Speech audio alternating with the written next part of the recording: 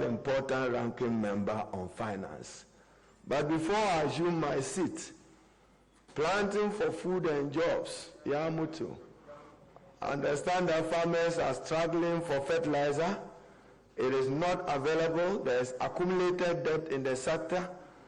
Many of the persons who are supposed to be supplying fertilizer now probably have been encouraged to keep the fertilizer and supply them in the dry season, when it only can be contributing not to the growth of plants, but to causing some loss to the state. Let me end by drawing your attention to a very important development. Those days, what President Nana Addo Dankwa and Dr. Mahmoud Bawumia, in castigating the government of John Dramani Mahama and the NDC, was that debt. Any of you should take a cursory look at GET Fund and its releases. Under the MPP this year, they probably expect 1.2 billion Ghana cedis from GET Fund resources thanks to VAT. 860 million of that will be used to service debt out of 1.2 billion. In 2020, they got about 1.1 billion. 660 million was used to service debt. So it means in the cumulative 2 years, they will be paying about 1.5 billion on servicing GET Fund debt of 1.5 billion in the name of Daichi. So those of you who speak Twi well, Daichi, there is Assem tomorrow, someday coming. I now have the singular honor and privilege to introduce the lead discussant, as I have said, the Honorable Atu Forson, to lead us, as I said, with his illuminating facts on the state and the performance of the Ghanaian economy, after which we will invite other discussants to do justice to it. For those of you who are wondering why we are at the IPS campus and not Parliament, we didn't want the intimidating environment of Parliament, and we wanted those in academia to feel free, together with civil society and the diplomatic corps, if they are here, to listen to our side of the story. We are proud of our past, we are proud of our legacy, and we look to the future with hope. The Honorable Atu Forson, I have the singular honor to introduce you, to address the audience, and to challenge all other ranking members to be on standby to do same on your sectors. I thank you.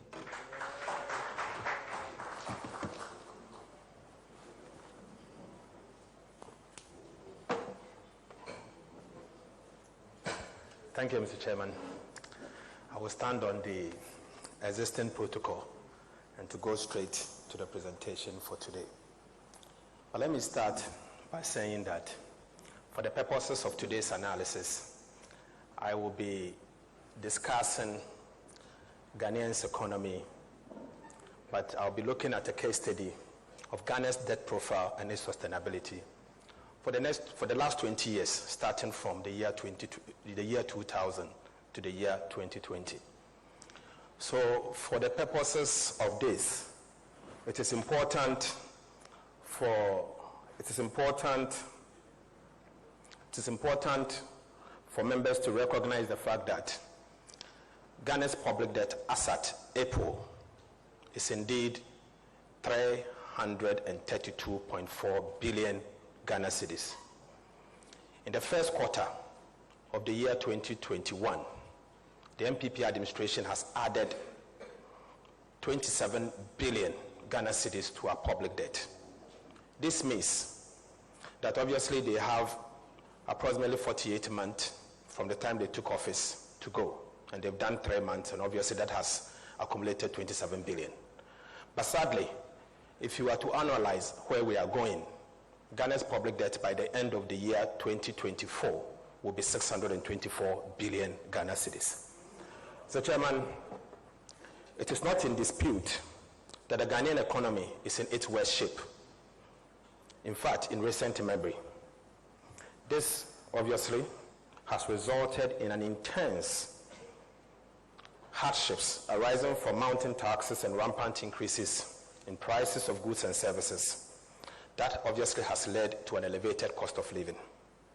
In fact, the main causes of current hardships are the twin problems of the largest budget deficit, the mother of all fiscal deficit of 15.2% of GDP in recent history, and a choking debt overhang that threatens the stability of the Ghanaian economy.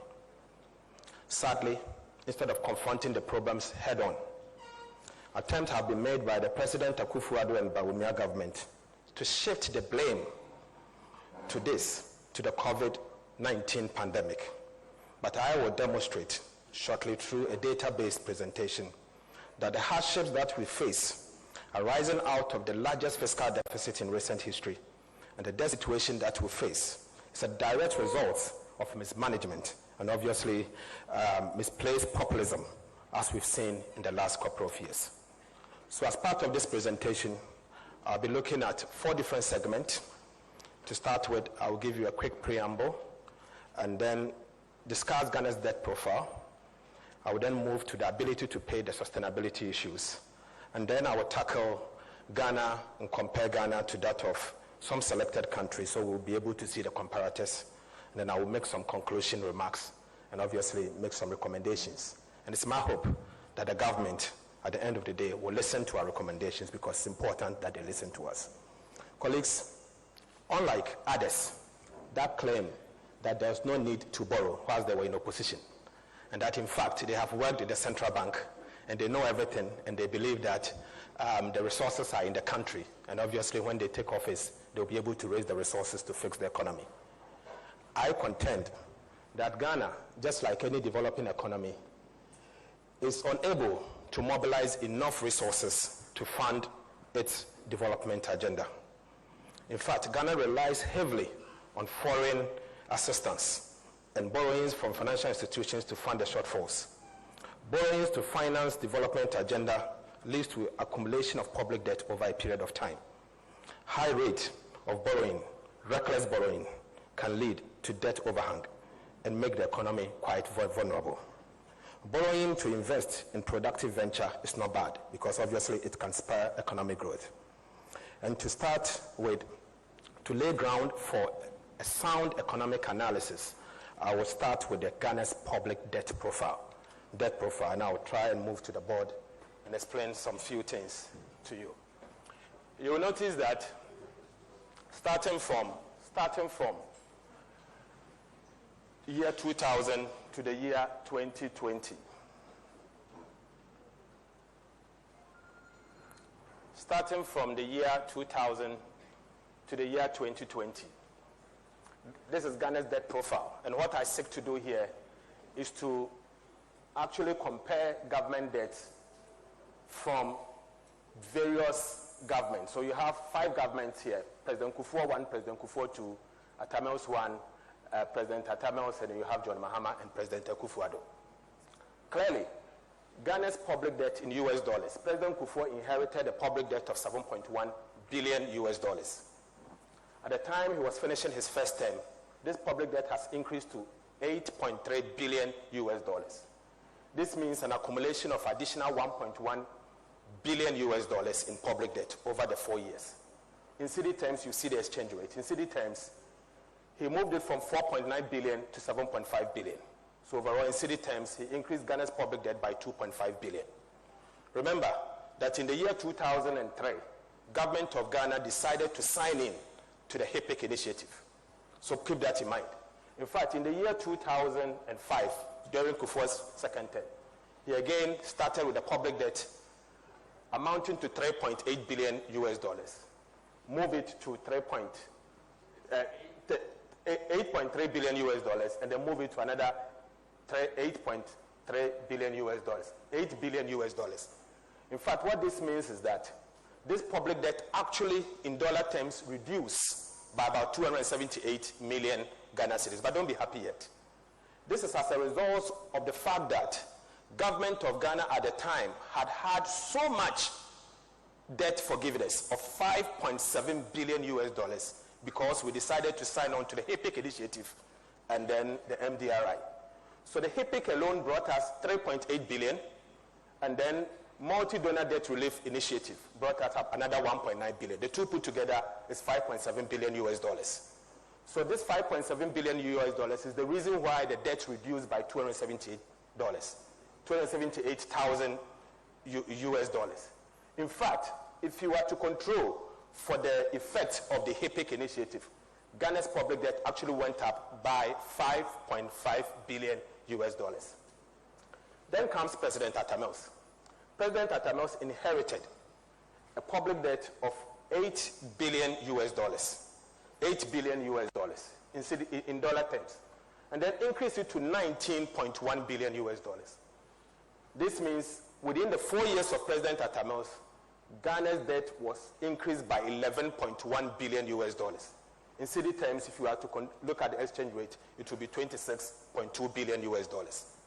Now, President Mahama, in the year 2013, President Mahama first term in office, he took the Ghana's public debt back from 19.1 billion to 28.7 billion, an increase of 9.6 billion US dollars. In fact, if you were to use the exchange rate at the time, because of high exchange rate, this public debt became 84.3 billion Ghana cedis. So President Mahama increased the public debt in dollar terms 9.6, as against President Atta Mills 11.1. Now there comes President Akufo-Addo. President Akufo-Addo inherited a public debt of 28.7 billion Ghana cedis, US dollars, 28.7 billion US dollars. Then within a space of 4 years only, the current administration increased Ghana's public debt to 50.8 billion US dollars. This means an increase by 22 billion US dollars within a space of 4 years. In cedi terms, this amount increased to 171.2 billion US dollars, Ghana cedis. Because what this means is that this 22 billion, if you are to use the exchange rate of 5.7, at the end of December 2020, it becomes 171.2 billion Ghana cedis. In fact, he moved it from 120.3 billion to 291.6 billion. But colleagues, it's important for us to understand that this 191.6 billion excludes the Sino-Hydro loan. It also excludes the energy bond of 8 billion. You recall that recently the IMF had said that they have added the Sino-Hydro loan of about 30 million Ghana cedis and the energy bond of 8 billion to our public debt. So if we are to add it to the 291 billion, then it means that within the first 4 years in office, Ghana's public debt moved to 300 billion Ghana cedis. And this will mean that within 4 years in office, they increased Ghana's public debt to 180 billion Ghana cedis. That's the quantum in which within 4 years they added. Please move on to the next. 180 billion that they added within 4 years. Colleagues, can you move on? So clearly you will see the levels of Ghana's debt from President Kufuor to Atta Mills, John Mahama, and where they have. So you see that straight away. And let me say this. So what this means is that within a space of 4 years, in dollar terms, the MPP, the current MPP administration, increased Ghana's public debt. President Kufuor's first term, he increased Ghana's public debt in dollar terms by 50%. One government, 50%. This is President Akufo-Addo's government. Akufo-Addo's first term, he has increased Ghana's public debt in US dollar terms by 50%. In fact, if you were to look at it from the cedi perspective, then it means that President Akufo-Addo's government added 60% of today's Ghana's public debt. In fact, not today. If you use today, it will be worse. In fact, as at 31st December 2020, the public debt that we had from Kwame Nkrumah to date, since Adam, President Akufo-Addo's government alone added 60% of our public debt. And you can see the evidence. And colleagues, clearly I have not added the Sino-Hydro loans. I've not added the energy bond that they've issued. For the purposes of this agreement, I did not add the two. So if you add these two to it, then the situation is going to be very worse. I mean, very bad. Then I'll move on to the next slide. But oftentimes, impressions are created that your debt itself, the stock, doesn't matter. Yes, the stock matters, but doesn't matter necessarily. What matters is ability to pay. Are you in a position to repay your debt, or you are not in a position to repay your debt? And that is why oftentimes we talk about debt sustainability, how sustainable your debt is.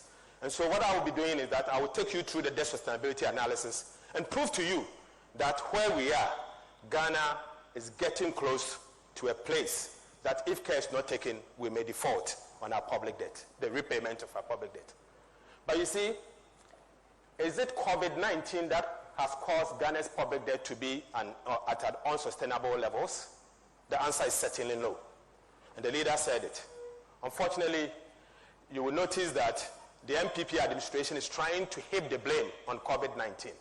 But what I seek to do here is that I'm going to provide you a careful analysis and a number of key debt sustainability indicators to prove to you that indeed the problem is not COVID-19. The problem started before when COVID-19 actually came in.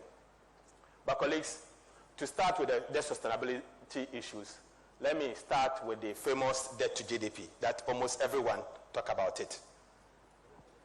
Ghana's Ghana's public debt as a percentage to GDP. What this simply means is that you are comparing Ghana's debt at the end of the period to the size of the Ghanaian economy.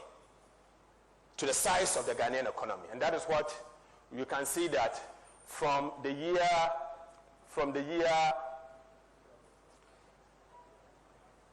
you can see that the person controlling it. From the year 2000, this declined largely because of HIPIC. No, please go back.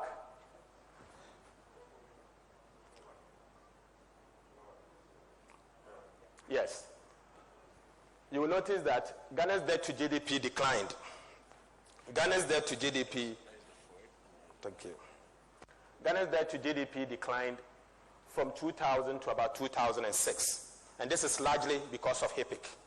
And HIPIC wiped Ghana's debt approximately 100% off. So if you see it declining, it's just because we were lucky, the IMF and the World Bank, together with certain bilateral institutions, decided to forgive Ghana a chunk of about 5.7 billion being public debt that we owe. But this, from 2006, you could see that this debt started going up, improved. By the time, after 2016, at the time President Mahama and the NDC were exiting office, Ghana's public debt to GDP was 56%. This increased to 76.08% as of December 2020. In fact, this means that within a period of 4 years, the President Akufo-Addo government increased Ghana's public debt by 20% of GDP. 20% of GDP. And you'll see it here, that I'm trying to compare government, and you could see the impact of HIPIC, what HIPIC did. You can see that President Atameo's government increased Ghana's public debt by 15% of GDP. President Mahama's government increased Ghana's public debt by 8.2% of GDP. And President Akufo-Addo's government alone, one government, 4 years, increased Ghana's debt by 20.08% of GDP within a period of 4 years. 4 years. Colleagues, I've always said that you don't use your GDP to repay your debt. You use revenue. And so it is wrong for you to always concentrate on debt to GDP and create impressions that certain countries are doing 120% of GDP, 200% of GDP, and so you can also do the same. Please, the ability to repay is not the same. It is wrong for you to compare Ghana to the advanced countries, UK, Japan, and others. You cannot do that. It is a mismatch. So what I will do here is, first of all, since we will use revenue to repay our debt, I will compare Ghana's public debt to total domestic revenue. Domestic revenue. And this domestic revenue includes tax revenue and non-tax revenue. So you have non-tax revenue such as fees and charges, the IGF that the universities actually rake in, the hospital tolls that you normally get from the hospitals. In fact, the toll fees, if you go to the market at the district assemblies, the market tolls that they get are all part of domestic revenue, all of them. So it is part of fees and charges, they are all part. Every single fee that this economy collects are part of the domestic revenue. So what I will seek to do here is, I'm going to compare Ghana's public debt at the end of each period, each year, to that of the total domestic revenue within the economy. And you'll notice that this is before HIPIC. Before HIPIC, in the year 2000, at the time, Ghana was using approximately 10 times its total domestic revenue to repay our debt. So what this simply means is that before HIPIC, you could use 10 times your domestic revenue to pay off the entire debt in the economy. At the time President John Mahama was leaving office, we could use 3.8 times our domestic revenue to repay our public debt. 3.8 times our domestic revenue. President Akufo-Addo increased it from 3.8 times to 5.4 times. So it means they need almost 5.5 times the total domestic revenue before they can repay our debt. The situation is getting worse. And you notice that the situation started getting worse before HIPIC. You see, and you notice that the graph started inching up before HIPIC, before COVID-19. So COVID isn't the problem. COVID isn't the problem. The problem here is because of government policies. And that is why it's important for us to point this out. You'll notice once again that obviously some of the domestic revenue, you cannot use it to repay Ghana's public debt because they are encumbered. They are largely encumbered. Encumbered in the sense that if you go to my constituency and my district, the Jumako District Assembly, the tolls that they collect, they retain it because of certain retention policies. They retain it for the development of the local assemblies. In fact, they use some even to pay the people collecting these tolls. You notice that when you go to the universities, the fees that they collect, it is not everything that goes to the center. There is a retention policy. They retain them because some of them they use in paying some part-time lecturers. You will see we are now in UPSA. Most of these facilities that we see, government is not the one that built it. It's the university themselves that have contracted loans and they are using their own IGF to repay this facility. So you cannot include the entire IGF within the economy as part of repaying Ghana's public debt. So what we do is, the right indicator to use is to compare Ghana's public debt to your tax revenue. Because it is your tax revenue that is what you will use in repaying our debt. But sadly, oftentimes in the case of Ghana, we have concentrated on debt to GDP as if you are using your GDP to repay your debt. It is not your GDP that you use to repay your debt. Let me point and say that before HIPIC, you've seen the graph where Ghana was. And then you've seen it where we are today. You notice that we are getting close to where HIPIC was. In fact, public debt to tax ratio increased from 495.7% by end of 2016 to 656% at the end of the year 2020.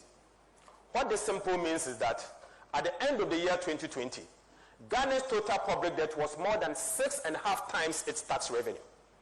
In fact, you will notice here that in the year 2016, Ghana, our beloved country, needed only approximately 5 times of our tax revenue to repay our debt.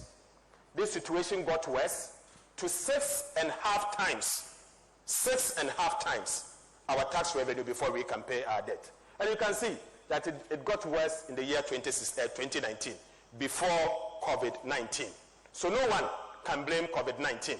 And we urge the government to ensure that instead of blaming COVID-19, they should come out with policies that will help us resolve some of these concerns. Again, I will take you to public debt, total external debt to export ratio. Colleagues, you will notice that the debt that we have is segregated into two types, external and domestic. We have debt that we contracted, of which we are going to service it with foreign currency, forex. And we have debt that we contracted locally that will service with our cities. So you want to find out as to whether you are in a position to be able to raise the needed foreign currency to service your external debt. Because certainly you are going to service it with hard-earned foreign currency. So it's not your cities that you are going to use it to service it. And it has its impact on our balance of payment on our current account.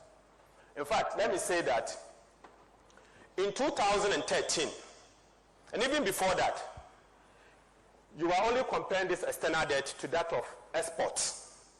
The exports are the exports that you get from the entire economy. Because at any point in time, you should know the export earnings that you are getting. And to be able to convince yourself that the earnings you are getting is enough for you to be able to repay your debt, external debt, component of the debt. So the export, we all know the export, gold, cocoa, oil, bauxite, manganese, timber, including non-traditional exports, like artifact and all of that. They are part of total export revenue.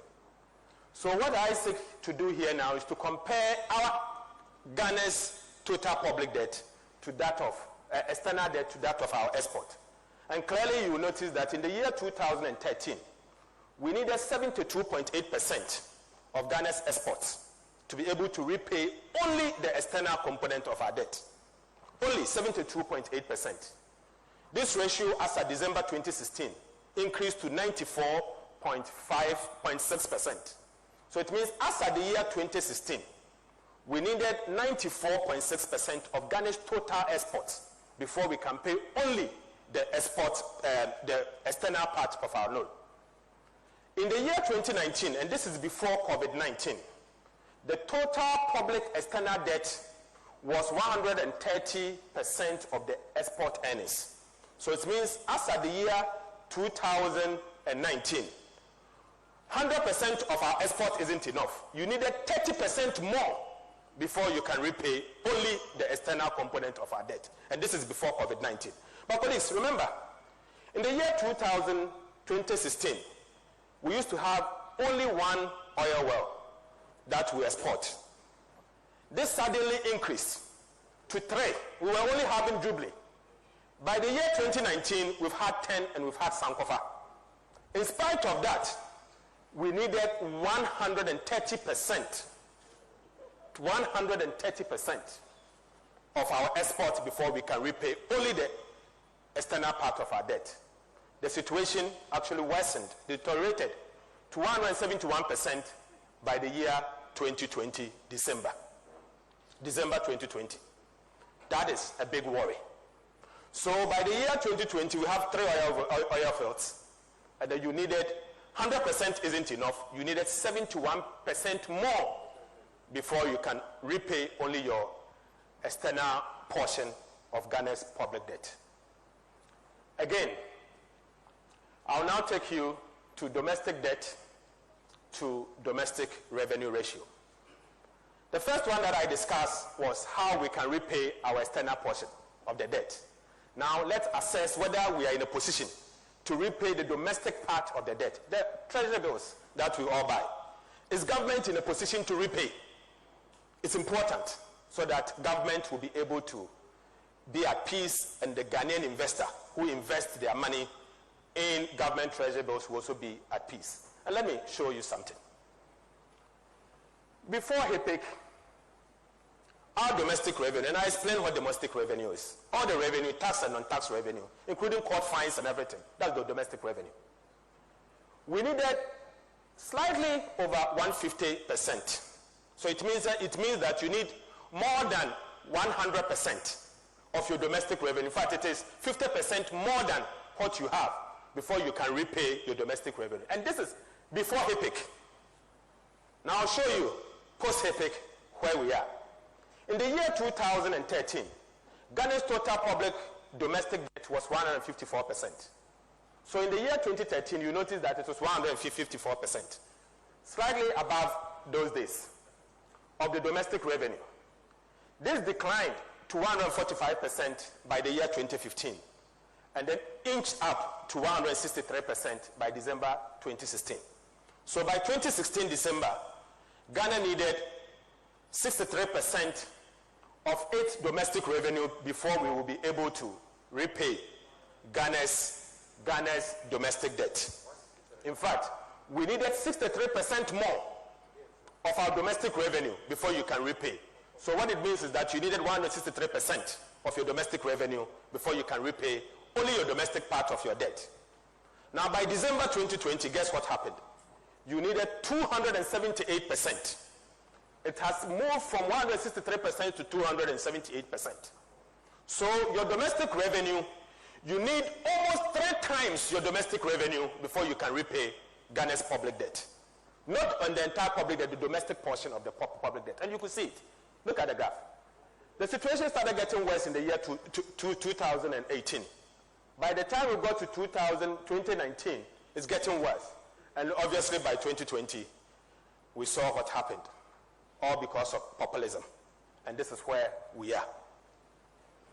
Honorable members, invited guests, it's also important for us to look at our debt service obligation. Because honestly, when you borrow, you repay. Parliament approves it. It becomes a quasi-statutory obligation on the people of the Republic. And so it's important for us to know what is the debt service obligation on us. And debt service includes paying your interest and amortizing your loan.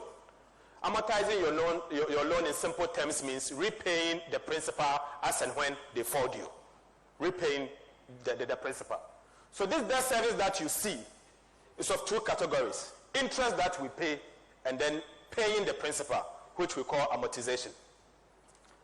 And you will notice that at the end of December 2016, we needed 51.18% of Ghana's domestic revenue to repay or to service our debt, as at the year 2016.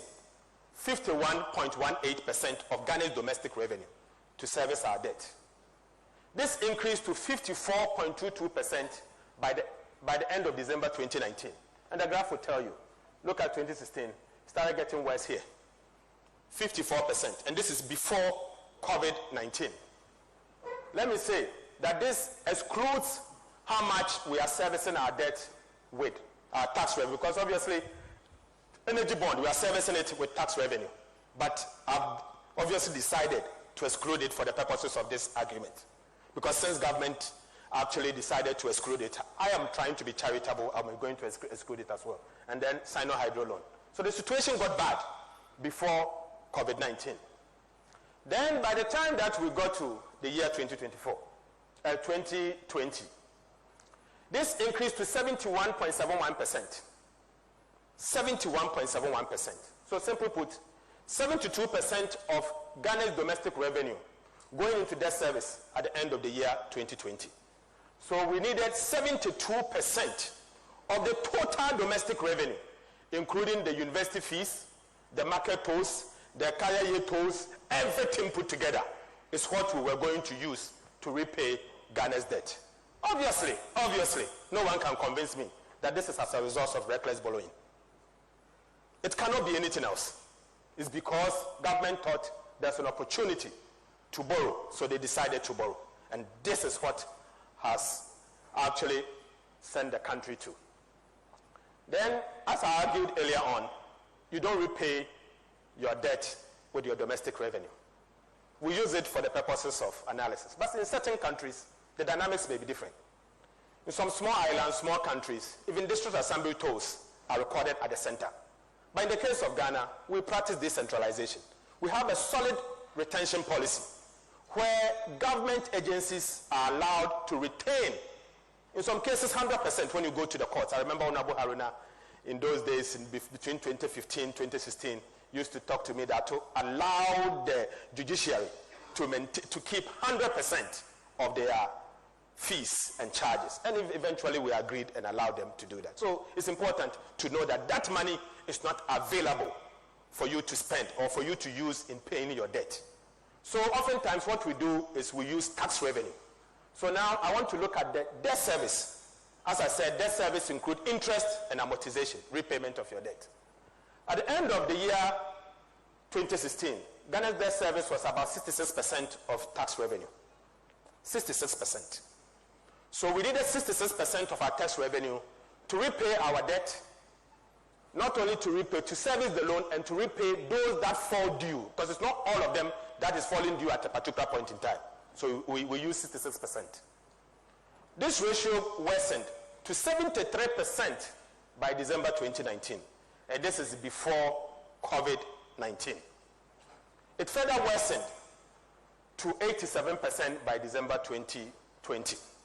So simple put, by the end of December 2020, we needed 87% of Ghana's tax revenue, entire tax revenue, to repay, to service our debt, to pay interest, and to amortize our loan. 87%. So simple put, government of Ghana had only 13% of the total tax revenue left for the running of government, to stimulate economic growth, and to do everything else. In fact, government of Ghana had only 13% to do everything else, including the famous bathing in the air. That is what it is. So that is where the situation actually has sent us to. And I will tell you that this is something that we should all be worried about. Ladies and gentlemen, debt service, we want to express how much of our GDP that we use in servicing our debt. To surprise you to know that at the end of December 2013, Ghana's debt service was about 4.2% of our GDP. The ratio increased to 7.5% at the end of December 2016. And the situation worsened before COVID-19 to 8.8% at the end of December 2019. This is just before COVID-19. And further worsened to 10% by the end of December 2020. Simply put, we need 10% of the entire economy, the size of the economy, before we can only service our debt. I will show you the size of the economy we use in building roads or doing capital expenditure, and it will surprise you. There's a big contrast. Big contrast. And this is something that all of us, if you care about this country, you should be worried about. Ladies and gentlemen, I will take you to interest payment. And you agree with me that I said earlier that debt service includes amortization and interest. And obviously, some of the marketable instruments you can refinance as and when they fall due, like Eurobonds, like the treasury bills, as and when they fall due, you can refinance. But obviously, some of the term loans you can't refinance. When it's time you have to repay, you repay because they are not marketable. So I'm trying to concentrate on interest payment, only paying the interest, not servicing the entire debt, paying the interest alone. As of December 2013, the interest payment on total public debt was 25% of our domestic revenue.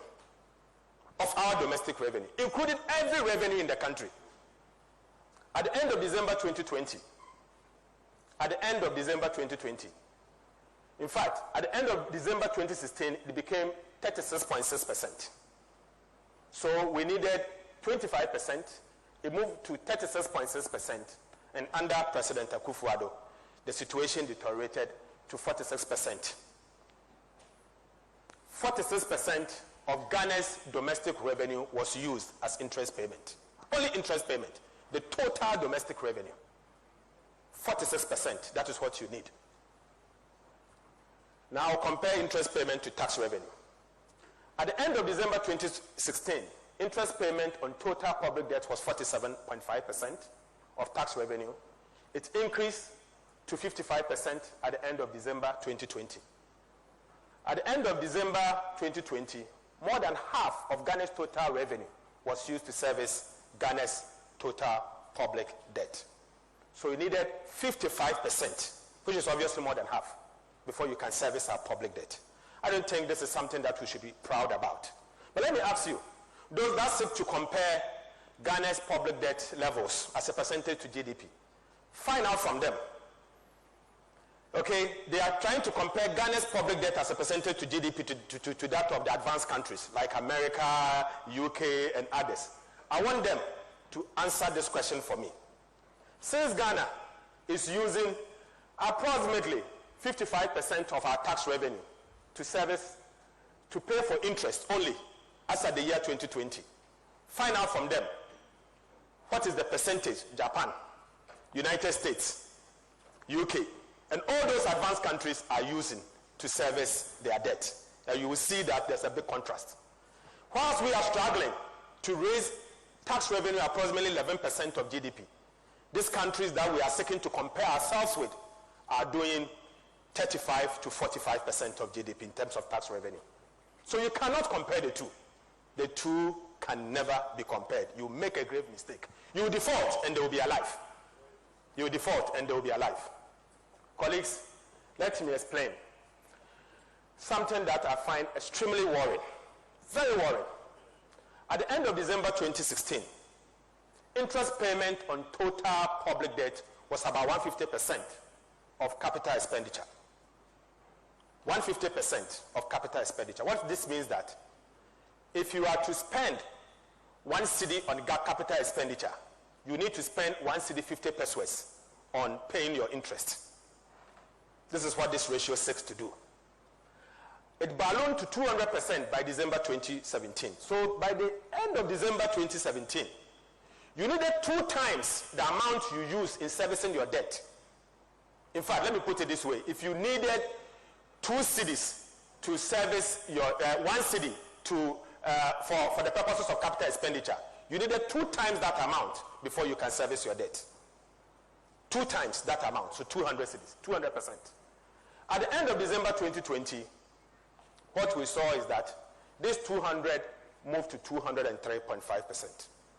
So you see where the MPP has sent us to. Populism. This is the results of populism. We are spending more on interest payment than even capital expenditure because we are borrowing left, right, and center and consume. Left, right, and center for the purposes of consumption. Colleagues, I'll show you something here. Ghana's recurrent expenditure to GDP ratio and capital expenditure ratio. So you will see this is a very important indicator. What it seeks to do here is to show you that, assuming this is the entire revenue of Ghana, whilst we are spending so much, over 20% of this on recurrent expenditure, we are spending this much on capital expenditure. The situation improved, you could see here. And then by the time we got to 2018, 2019, the situation got worse. They decided to inch up a little bit for a simple reason, because there was election and they had to pay contractors. So they quickly decided to spend a bit more on capital expenditure. But that doesn't mean that's the policy, because the entire 3 years, you could see capital expenditure declining. And then getting to the election, they quickly started paying some contractors little bit and pieces. Even that is not up to the levels of the previous administrations. It is not up to that level. But I want to say that despite having the largest debt accumulation, the Akufo-Addo-Bawumia government has the least capital expenditure as a percentage to GDP. The least. By the end of December 2020, average capital expenditure by the Akufo-Addo government was 2.23% of GDP, compared to President Mohammed's 3.83% of GDP. In fact, the gap between recurrent and capital expenditure to GDP ratio started widening back in the year 2017. And you can see it started widening. It used to be like that, narrow, and it started getting bigger. Before 2017. It got bigger in the 2019, and this is before COVID-19, and got worse in the year 2020. So you could see that they overspent. Not on things that will spur economic growth, no wonder we nearly went to recession, but on chop-chop, what I call consumption. This is where I have a problem. Ladies and gentlemen, I have always said that I've agreed with Maudi Jeneani when he argued back in 1961 that national debt is a burden for the next generation. And this is especially when the debt is used for consumption, expenditure, instead of capital expenditure. What the NPP is seeking to do now, they are actually giving all of us, our kids, our next generation, a burden of carrying public debt, a debt that if we are not careful, we cannot repay. So I want to submit that everyone else borrows, but please borrow smartly. Borrow not for chop, but borrow for things that can repay for itself. Even advanced countries borrow. But when they borrow, they do infrastructure. They do things that can repay for itself. They don't borrow for chop. And it's important we make that point. And you can see that the average recurrent expenditure is widening under President Akufo-Addo. Ladies and gentlemen, since I've talked about the sustainability issues, it is clear that we are almost at the HIPC era. And you can see clearly that before HIPC, this is where we are. We've passed HIPC, where we are. You can see that this is where we are before HIPC. We've passed it already. You can see that this is where we are before HIPC. We have passed it already. And you can see this is where we are, and we've passed it already. You can also see that this is where we are before HIPC, and we are almost there. Colleagues, this is where we are before HIPC, and we've passed it already. Ladies and gentlemen, it is also important for us to understand that debt service to domestic debt ratio, the domestic revenue ratio, this is where we are before HIPC, and we have passed it already. Let no one deceive you that debt to GDP is the only indicator to find out whether you are in a position to repay your debt or not. There are others, and that is what we should pay attention to.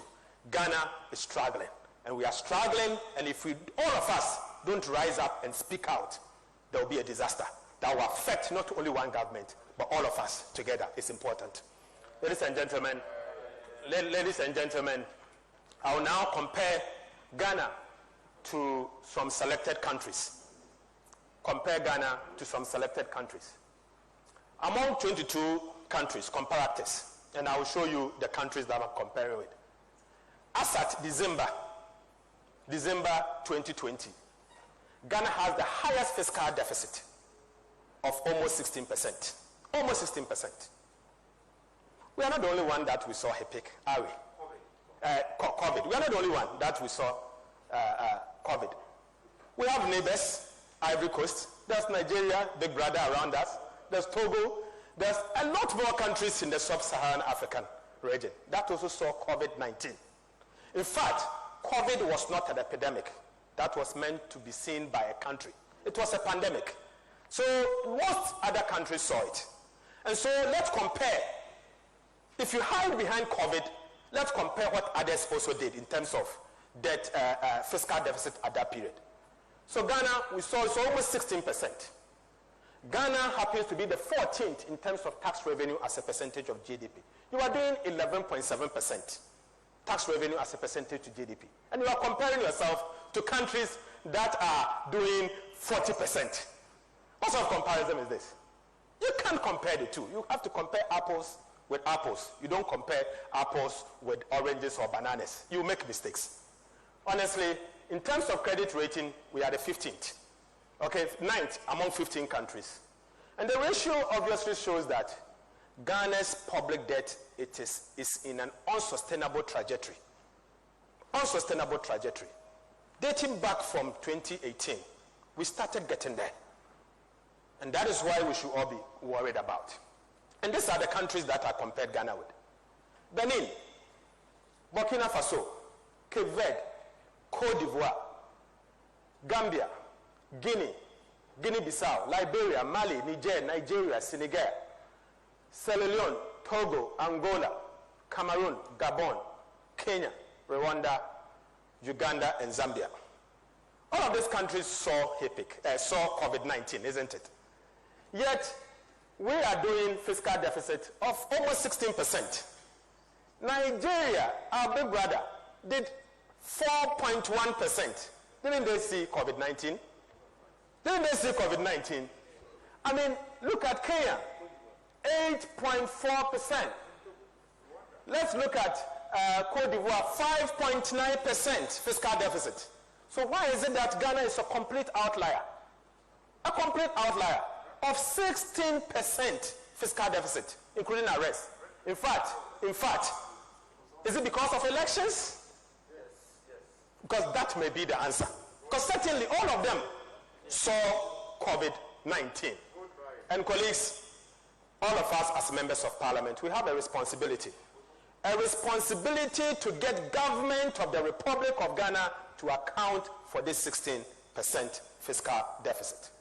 I've seen the Auditor General doing some work and making the report available to all of us. Let's spend some time to peruse that document and allow government of Ghana to account for those funds. It's important. It's important not for ourselves, but we owe it as a responsibility to the people of Ghana. It's something we have to do collectively. And I urge our brothers from the other side to also join us in doing this, because we are doing it as parliament, not as individual. Ladies and gentlemen, these are the debt, the revenue levels that we get, and then you could see debt to GDP. And then you can see the Eurobond debt and that of the credit ratings that I showed you. Now I will do another comparative analysis. Among 20 comparators, 20 countries, sub-Saharan African countries. So I'm not comparing us to countries that are out of bounds. Sub-Saharan African countries. I submit that these are countries that are active in the Eurobond market. Countries that goes out there to borrow public debt from the Eurobond market. And to surprise you that Ghana, so far, as at 2021, the amount of Eurobond that we owe is $13.2 billion. The amount of money we owe, the Eurobond alone, is $13.2 billion US dollars. And it happens to be the third largest among the 20 countries. But you see, it will surprise you also to know that Ghana's outstanding Eurobond as a percentage to GDP is 17.8% of GDP, which is the highest among all the 20 countries. The highest among all the 20 countries. Because you see, and I'll show you the graph here.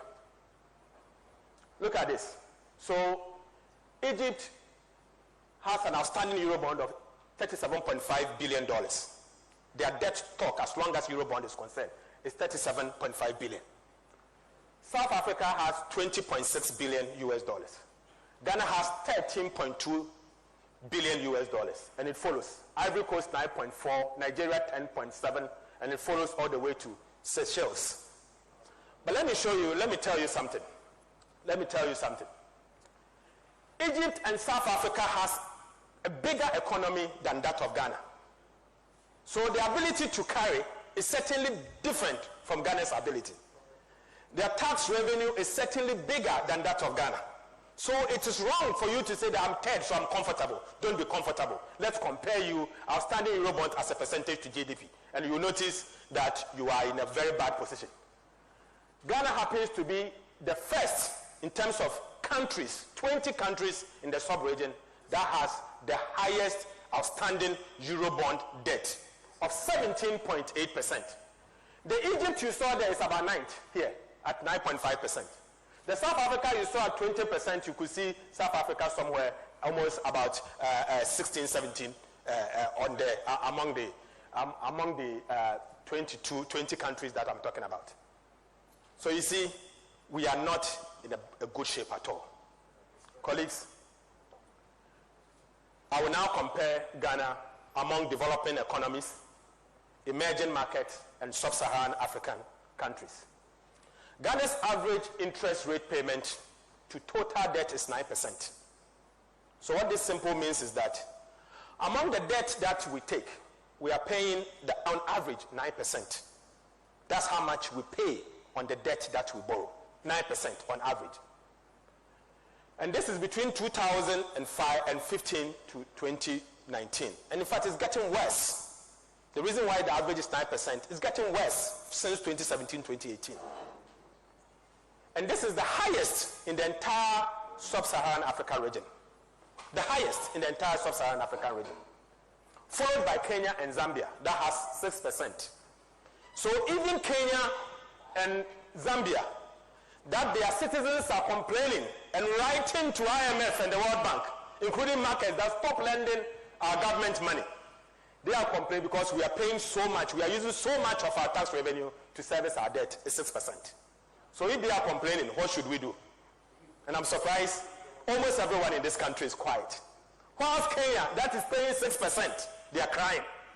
Zambia, they are crying, and we are quiet. So you see where the situation is. And it will surprise you to know, I'll show you a graph shortly. This is the average interest that advanced countries pay. So most advanced countries are paying 1.5% on average. Interest on their public debt, 1.5%. So please, tell those that are comparing us to that of Japan, Canada, Germany, UK, that they are paying 1.5% of their public debt.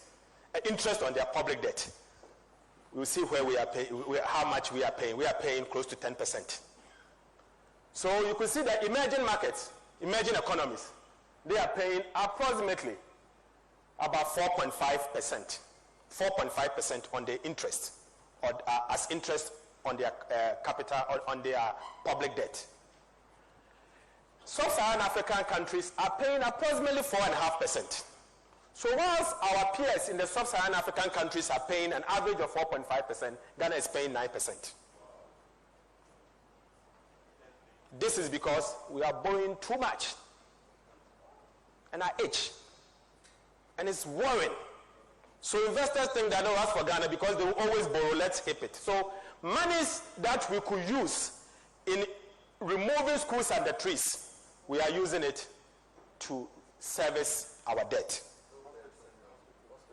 Hospitals, monies that we could use to build hospitals, we are using to service our debt. And that's why, Mr. Chair, Leader, all of us as members of Parliament, the time has come for us to set benchmarks for the government of the day.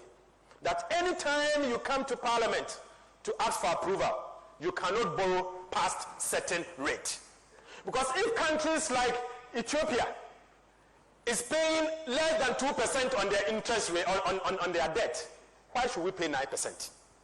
If countries like Gambia is paying about 4%, why should we pay 9%? Kenya paying about 6%, why should we pay 9%? I mean, look at Nigeria paying just under 6%. Why should Ghana pay 9%? And that is why we have a job to do. Because the entire tax revenue that is supposed to be used for something else, we are using it to fund interest and debt servicing. Honorable members, it is clear that Ghana has the highest borrowing cost per annum across the sub-region since 1982. So these are structural issues that we have to deal with. Structural, that we have to handle it. And we have to do it together as the people of Ghana. Colleagues, now I will show you something here that clearly shows what we are talking about. So you see Ghana here. This is Ghana. This is how much we pay on our debt. Approximately 10%. 9-point-something percent on average. And you could see country by country how it goes. Then you can see Nigeria, where Nigeria is. You see Angola, how much they are paying on their debt. Meanwhile, the sub-Saharan African median is somewhere in the region of 4.5. The sub-Saharan African median has actually improved to about 4.5%. Why is it that instead of our peers improving, we are deteriorating? We are deteriorating. So, colleagues, we have a job to do. But I saw this graph last week from Goldman Sachs Investment Research. This graph was collaborated by the World Bank and Harvard Analytics. And I'm really disturbed with this graph. I'm disturbed. It's a risk management graph, and I'm sure we have a risk management expert who can speak to this. It shows that as a result of the fact that Ghana has overborrowed and we are paying so much in debt, Ghana is the most exposed to interest rate risk. Most exposed to interest rate risk. Honourable members, you recall that most of the loans that we approve in Parliament are LIBOR plus, Eurobond plus, something plus. So it means they are not fixed. The term loans are not fixed. So anytime the rate changes, Ghana is paying more. If it reduces, we pay less. They are not fixed. What is happening is that, sadly, now the global economy is just about recovering. So Eurobond and LIBOR is quite low. When the global economy recovers, you expect the interest rate to inch up. And when the interest rate inches up, Ghana government is going to pay more. You saw the graph that said that we are using 87% of our tax revenue just to pay interest and to amortize our loan. If those Eurobond and LIBOR start going up, and we are not careful, we'll end up using 100% of our tax revenue. And at that point, we will end up depriving our president from the sky bath because we won't have money. That is what it is. Honourable members, all this analysis that I've done excludes arrest payment and contingent liabilities. Those with the budget statement, I will entreat you to look at Appendix 4B of the budget statement. There's a line in the budget statement under Appendix 4B called arrest. In the year 2020 alone, Government of Ghana accumulated an arrest of 8.2 billion Ghana cedis. These are payments to contractors that government could not pay. Oftentimes, these are arrests that has hit Ministry of Finance. And when you see those arrests, because I've worked at the Ministry of Finance, I know that when you see those arrests, there are other arrests sitting as the MDAs 2 times what you have seen that are yet to be processed by Ministry of Finance. So when you see 8.2 billion, start crying because you have another 20 billion sitting somewhere. You have about 20 billion sitting somewhere as arrests.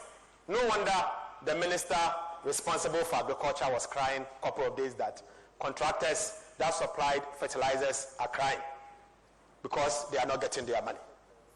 Aside this arrest, and Honorable Jinapor will expatiate on it, we have contingent liabilities in excess of 10 billion cedis sitting at various SOEs that are about to explode.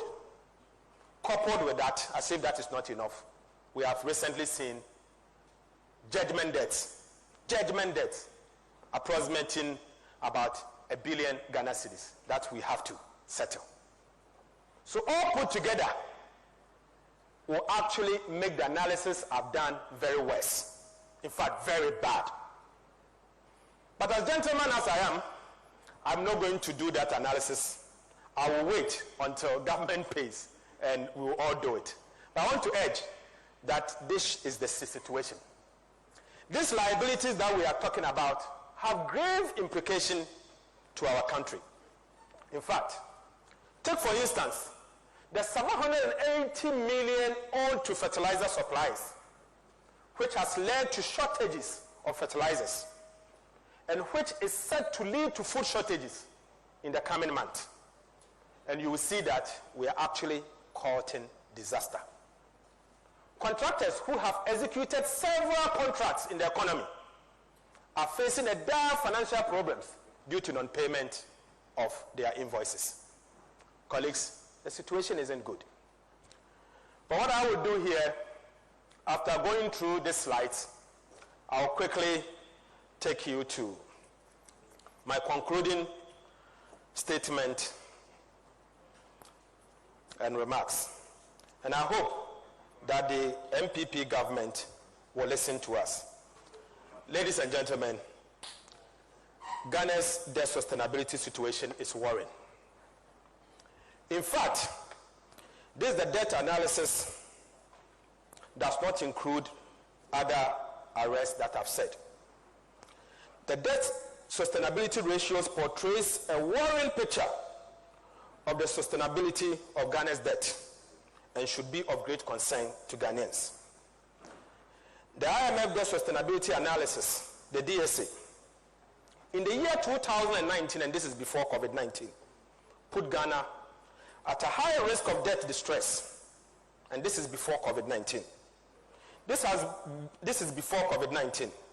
The situation by the end of the year 2020 certainly will worsen, but my worry is using the programmed loans that this government intends to borrow in the year 2021, the situation is certainly going to deteriorate. Comparing the debt sustainability indicators in the year 2020 to those in the year 2001, when Ghana was declared HIPC, it is clear that the 2020 indicators are worse than those in the year 2001, even though the debt to GDP indicator shows an improvement. But let me say that even though Ghana has not been declared HIPC by the Bretton Woods institutions, the debt sustainability indicators clearly shows that Ghana, unfortunately, is heavily indebted, poor country. But this actually has some key implications to the Ghanaian economy.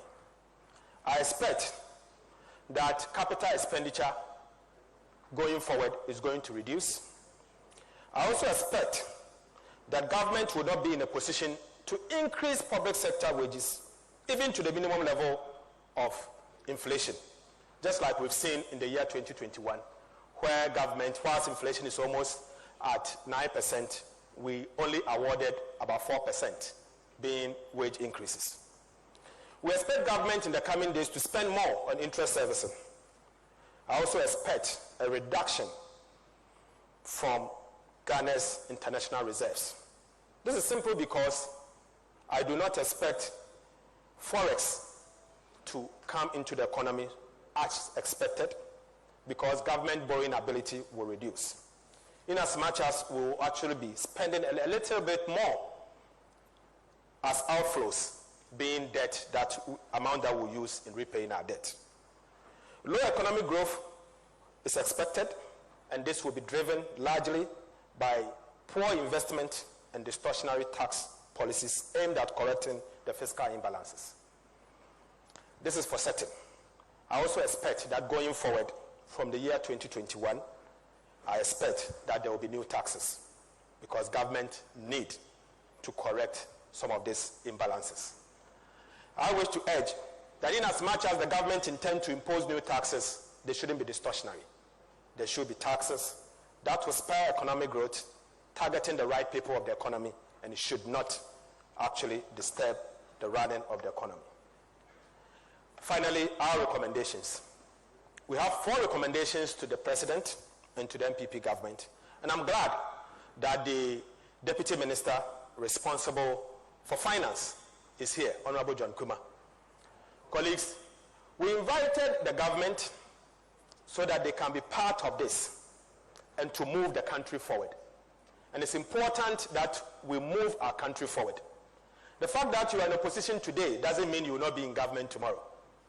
But for us, to all of us understand that this policy dialogue is for the better and not for the worse.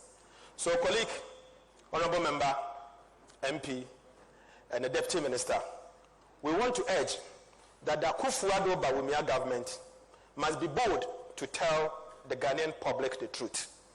That the Ghanaian economy has been driven into the ditch and will require an urgent fiscal measure to pull out from the ditch. We expect the Akufo-Addo Bawumia government to seek an urgent debt relief from the International Monetary Fund through the newly proposed debt relief initiative known as the Common Framework for Debt Treatment beyond the Debt Service Suspension Initiative, DSSI, which can be likened to HIPC, similar to HIPC, and it's important the government do that. We will also submit that failure by the Akufo-Addo Bawumia government to do so as recommended, we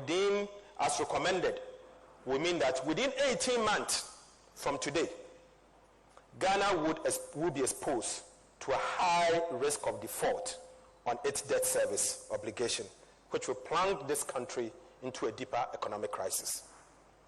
Honorable members, We also wish to recommend to the Akufo-Addo government that they should not wait until disaster strikes and we default on our debt service obligation before taking the necessary action, as this would weaken our position to negotiate favorably.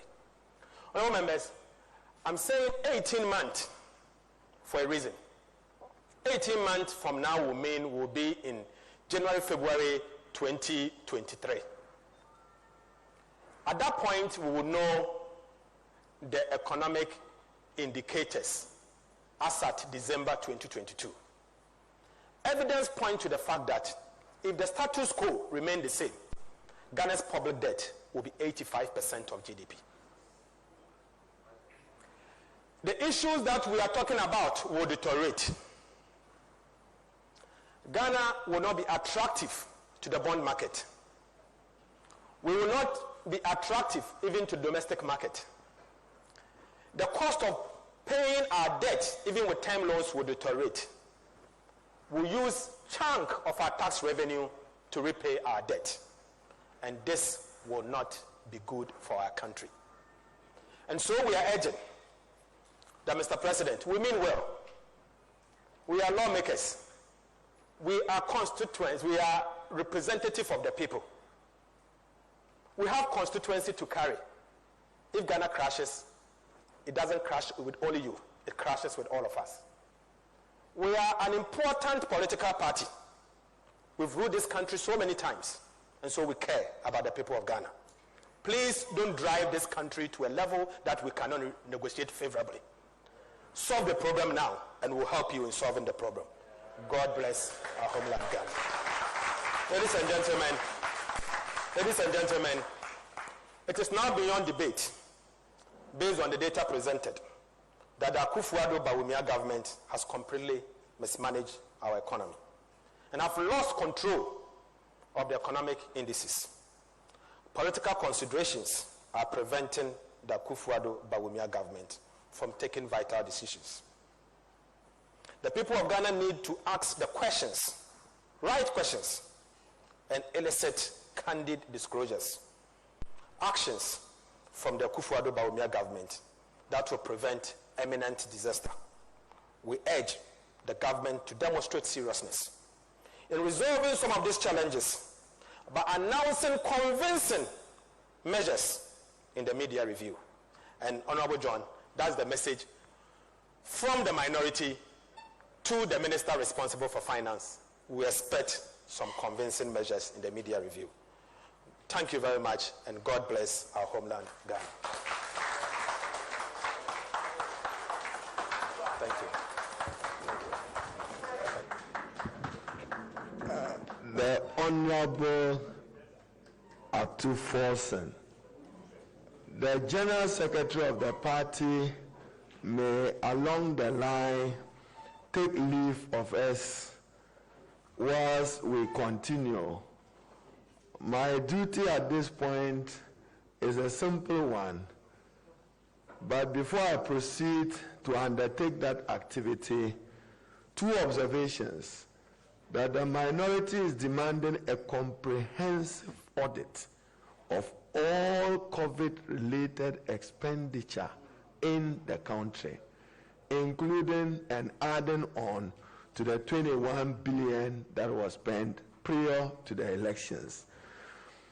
On wage increases, I've been Minister for Employment, and as the Honorable Atuforsen observed, 4% wage increase when inflation is at 8%. Consistent, the policy is to increase wages. Public sector workers deserve better. And therefore, we expect in the mid-year review at least some 2% adjustment further for Ghanaian workers. Anybody who listened very well to the Honorable Atuforsen will go home understanding why this morning Nana Addo Dankwa woke up to one prayer and hope.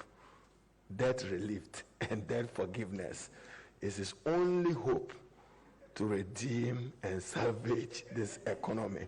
On that note, Honorable Sohini, you may introduce the discussants. I thank you all, and Atuforsen will thank you. Thank you very much, Honorable leader. So we've listened to the eloquent presentation of facts and data from Honorable Dr. Atu Forson. I'm sure you could tell from the presentation that this is a blend of experience coupled with some book knowledge and some home, grown wisdom. Please, another round of applause for the ranking member on finance leading the discussion today. Ladies and gentlemen, maybe just to warm us up a bit, the Honorable Minority Leader started something that I thought is beautiful for us all to re-echo. So he talked about the major policies of this government and how they have all collapsed. It got me listing a few. Fiscal deficit stabilization, double-digit GDP growth, one district, one factory, one village, one dam, 1 million per constituency, Zongo Development Fund, planting for food and jobs. So,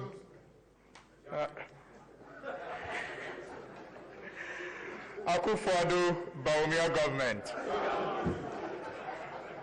All right, so unfortunately, General Mosquito, the General Secretary of the NDC, have had to take an early leave. We were expecting to get some few comments from him, but he has an equally important program that he has to be at this point. But he has left his back very well because we still have a number of distinguished party leaders who are with us here. And once again, I also acknowledge the presence of the Deputy Minister of Finance, John Kuma. Thank you very much for coming. Please, a round of applause for him. And to help us do the discussion, I will need some, maybe 2 or 3 chairs here. We have, please, and when I introduce them, you will join me with a round of applause to welcome them. Dr. Saint Kutu is Senior Lecturer, University of Ghana Business School. Please, a round of applause for him. You can join us here. Yes, Dr. Saint Kutu is a Senior Lecturer, University of Ghana Business School. We also have Dr. Lord Mensah. Another round of applause for Dr. Lord Mensah. He's also Senior Lecturer, University of Ghana Business School. And we once again want to thank you all for joining us. We have media practitioners. We have some invited guests, including reporters, editors, and some popular show hosts in our midst. Please, if you are here, you can just wave. We are happy that you could make time to join us. A round of applause for them. We also have some representation from civil society organization. As and when I get the full list of those who are here, I will appropriately acknowledge your presence. Thank you very much for coming. From the academia, you can already tell from our discussants that we have a very, very good representation. We also have some business owners and students as well. I mean, this presentation can actually be used by lecturers to examine their students. I'm very sure that the students are going to be richer in knowledge after this presentation. Honorable John Jinapor, Abdullah Jinapor, is also here, one of our discussants. Please join us. And perhaps he will now take over from me to lead the conversation around the presentation that has been done by the ranking member. Please, Honorable John Abdullah Jinapor, the stage is now yours with Dr. Saint and Dr. Lord Mensah. Please, over to you.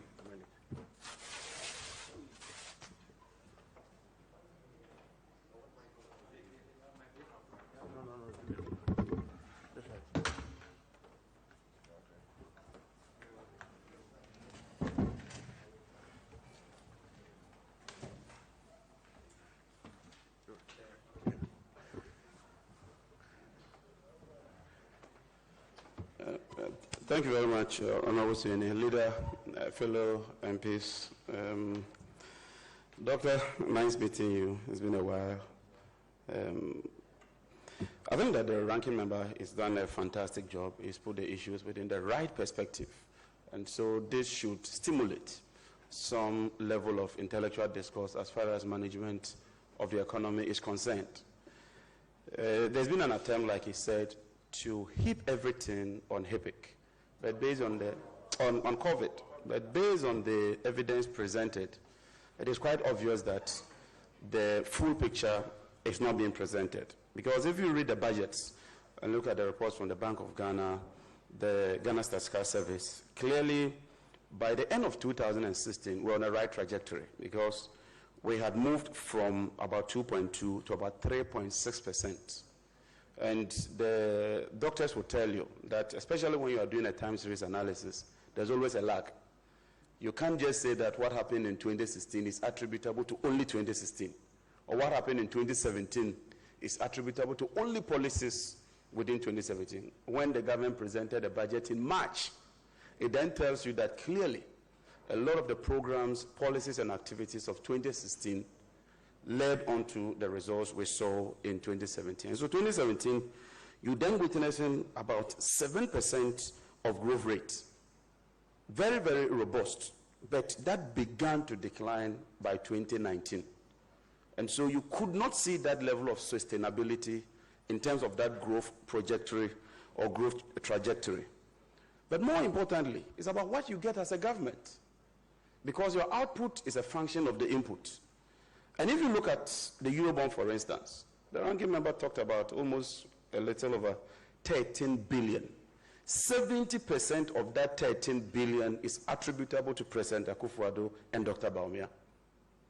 Right from President Kufuor, Atta Mills, John Mahama, this administration alone accounts for more than 70% of the over 13 billion borrowed from the Eurobond. This government within 4 years got about 20 billion from petroleum revenues as against just about 6 billion compared to President Mahama in terms of cedis. This government, energy sector levies, they've gotten over 12 billion. Not just that, when we were leaving power, and I refer you to paragraph 36 of the 2017 budget, where the minister himself confirms that President Mahama bequeathed a cash amount of 234 million cedis sitting in the accounts. That is what this government had. 3 oil fields. The Atuabo gas processing plant was a game changer. And like I said, we are not against borrowing. But when you borrow, invest in critical expenditure. The Atuabo gas processing plant gives us a net savings of $350 million per annum in terms of crude oil import substitution. More than 50% of our domestic gas today comes from the Atuabo gas processing plant. We did not get all these revenues, and yet we built the Ridge Hospital, we built the Legon Hospital, we built the whole airport, we built the Tamale Airport, several projects, visible projects that you can see that helps in capital accumulation. Because if you're growing an economy and you don't grow the capital base, it means that you are not anchoring the economy. And so the slightest shock that you get, you see what we are witnessing today. But just to cap it, I just want to take you with some 2019 figures so that we see the real situation pre-COVID. The manufacturing sector, which was growing at 13%, by 2019, reduced by 52% to 6%. And the manufacturing sector is the base. If the manufacturing sector is growing, it means that we employ more people. Especially when government is talking about 1D, 1F, you want to see the manufacturing sector growing. And yet it declined by 52%. The water and sanitation sector, which was 8.2, declined to 1.3% in 2019. The agriculture sector, which was growing at 4.8 in 2018, declined to 4.6 in 2019. The financial sector, which was growing at around 12.5% between 2014 and 2016, declined to 6.6% in 2019. The mining sector, which had reached 30% in 2017, declined to 12.6%, representing a reduction of 60%. But treasury bills went up, and when treasury bills go up, it means the government is borrowing more. When government borrows more, it leads to a crowding out of the private sector. So if you look at our debt construct now, a chunk of it, of about 80%, is attributable to domestic financing. But because government borrowing is virtually risk-free, because they can print money, they would always borrow domestically. But when they go international, it's always a problem. So the private sector is reducing and reducing and reducing. But all this, like Dr. Bawumia said, is the exchange rate, because then you are comparing yourselves with others. In 2019, the cedi depreciated by about 13% compared to the dollar. The highest in 4 years. The highest is never happened. Then, that is before COVID, 2019. Then the issue, famous issue of COVID, like the ranking member said, when you are faced with a situation of COVID, you have to manage your expenditure. The World Bank puts our deficit at 16.2%, and this was as at April 15, 2021. 16.2% of a deficit means that you must go and borrow the money. It means that you have spent what you do not have in terms of the money. When you borrow to finance that year's deficit, it goes to hit your debt, which then raises your debt to GDP. That's why we are going above 80% as it stands. But like the ranking also said, the contingent liability is also important. This is what government is presenting. Sinohydro, we are making the claim that it's not part of government debt. And yet government of Ghana will be servicing the debt. Because the bauxite that Dr. Bawumia talked about, more than 4 years today, no action, nothing is moving. Just last month, with leader, we looked at Get Fund. We virtually amortized all their inflows. NHIS, we virtually amortized all their inflows. GNPC is struggling. So not just what is sitting on the books at the national level, but the contingent liability we can easily crystallize into our debt is a major, major issue for us to look at. In winding up, I have some few suggestions for government, and I think that government should look at these suggestions. The first is to cut down on frivolous expenditure. The frivolous expenditure is just too much. The other issue is that the taxes are too much, and government should hold and put a freeze on the taxes. This year alone, we are witnessing 10 different taxes. Then I think that the borrowing should be managed. We also have to reprioritize how we invest, and invest in the critical sectors of the economy that would bring about growth. The other one has to do with the reviews. Anytime this government says it's reviewing something, it eventually leads to losses. They reviewed Ameri, they reviewed PDS, they brought a Japan, and so I think that the reviews, there should be an end to those reviews. Ladies and gentlemen, these are the few comments I have in respect of what the ranking member presented. Finally, the minimum wage. I'm surprised that labor can agree a 4% increment in minimum wage. When your inflation is 9%, it means that your purchasing power is drastically reduced. These are issues that we of the minority would continue to engage, would continue to discuss the issues, and ensure that we make progress as a nation. Thank you very much, ladies and gentlemen.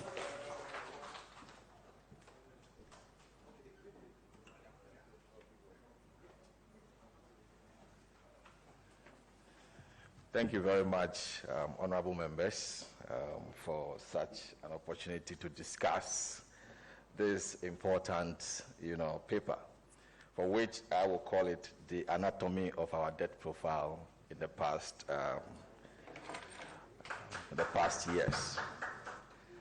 But then, Honorable Atto, I think you've done very well. I mean, when it comes to the hard numbers that were presented, I was happy with the direction, in the graphs that were presented, and it took me back to basic economics, which seemed to tell us that there was a memory loss. There was a memory loss because if you look at all the graph, let me borrow your slogan. We were here, we ended up here. We were here, we are almost there. We were here, we are almost there. That should tell you that there was a certain memory before HIPIC. And if all the indicators are pointing to those numbers, you should know that, of course, we are heading towards a disaster. And I was happy with those trajectories. And in economics, one of the assumptions that nobody should forget, I mean, I'm happy with the exercise that we are doing here. One day you'll be in government and effectively managing the economy. You should understand that there's something we call stationarity in all economic indicators. And that stationarity literally means that history will repeat itself. And that is why I started my submission by saying that there was a memory loss. And that memory, we should go back to casters before HIPIC, which administration took us to HIPIC, and in the end, how are we heading towards? Maybe stringently, if you look at the numbers before HIPIC, you will get to understand that, yes, maybe a debt service ratio of about 70% to, to GDP might not be too much as we speak when you look at the numbers, because we've been there before. So if you look at the history, which is repeating itself, it should give you the signal that in the end, we are heading towards a disaster. So whoever takes over this country must manage this country very well for the ordinary Ghanaian. Now, I picked up some few things which I think, for academic purposes, I need to highlight. And going forward, it should be able to help us when we are doing presentations of that nature. This is academic environment. We have to place in the academic undertone. It's not purely political. Now, there's a soft side of your presentation which did not come out clear, which I'll be happy to have that soft side. Now, there are reasons for borrowing. Now, if you look at our history, you realize that since 2007, that we went to the Eurobond market, clearly every subsequent borrowing that we do seems to give the signal that we are borrowing to defray existing debt. Now, my question to the entire presentation that you did is that what proportion, because you will see the prospectus, that we are going to defray existing debt, and then the rest of the money will be invested in what? CapEx. So the question is, what proportion of this money got into this country? And what is the corresponding CapEx, what is the infrastructure that we see in relation to this monies that got into this country? I did not see that part of the analysis. I think going forward, if you push that forward, you will make a very good case for some of us which sit in the academia, our consumption. Another last thing that I think, which for me, I'm happy Honorable John Kuma is here, will be the contingent liabilities, which will be my last comment on this presentation. You realize that contingent liability from the presentation indicate that it has been excluded from our debt. Now, how sure are you of the payment of that contingent liability? With the history that we have, with our SOEs, most of them, diving into debt over time. So how would you exclude this contingent liability from our debt portfolio when we have a history of, SOEs falling into debt? So effectively, we cannot exclude it. It should be part of what? Our debt portfolio, for us to paint a true picture of our economy. So when it comes to stringent measures to be put in place for Ghanaians to what? Bear that brunt of what? Those, measures, we are ready for it. The second one is, I think, when it comes to economic management, you cannot dissociate it completely from politics, because the politician is the policy maker, and the policy maker will drive the economic dynamics. So effectively, we need to understand that whatever, decision we take obviously has a tendency of, affecting, the future generations. Now, this debt that we are carrying forward, moving the debt forward every now and then, how ready are we, as we, the current generation, to sacrifice, to ensure that this debt comes down? When I talk about sacrifice, I mean expenditure control. Basically, expenditure control. And I'm happy Honorable John Jinapor indicated that, we must spend wisely, spend in prioritized areas, spend in revenue-tied, projects, so that we can easily generate whatever, comes in. Thank you very much for your time.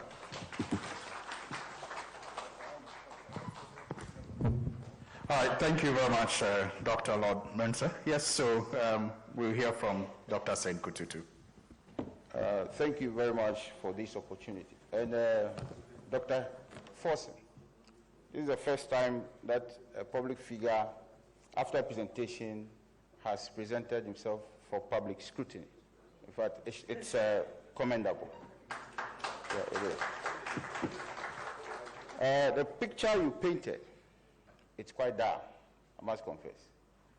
And it's important also for us to, as my colleague said, disassociate the monies that we borrow to service legacy debt or spillover debt, and the ones that are used for projects by particular government. Take the zero coupon bond, for instance. It's going to mature in March 2024. So whichever government comes into power, the next couple of months you have to borrow to pay that money.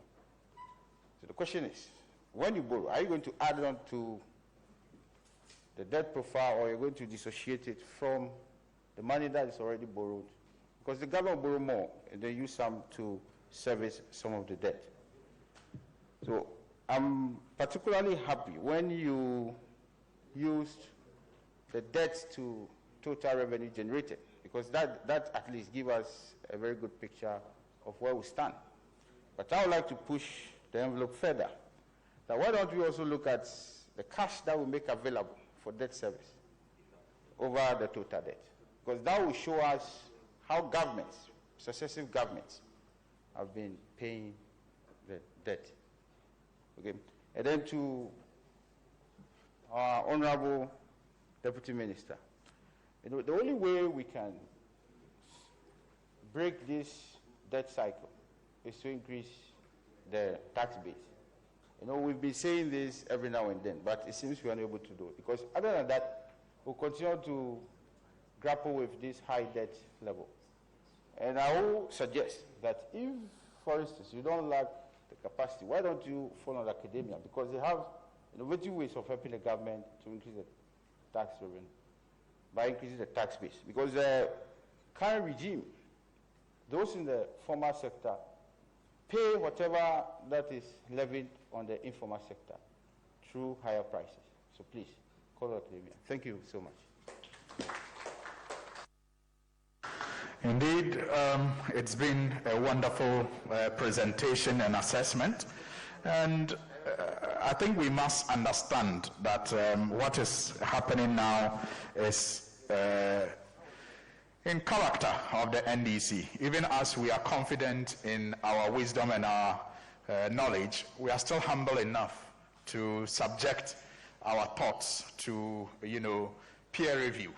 That is the nature of the NDC. We are not braggarts. We are not boastful of our knowledge, and we do not think we know it all, even though we believe that what we know is good enough for this country. But we are humble enough to still open ourselves up for scrutiny and for discussion. So we are reminded that this is the policy dialogue series anchored by the minority NDC in Parliament, and we are going to have a number of these series in the coming days that will be led by ranking members of the various committees.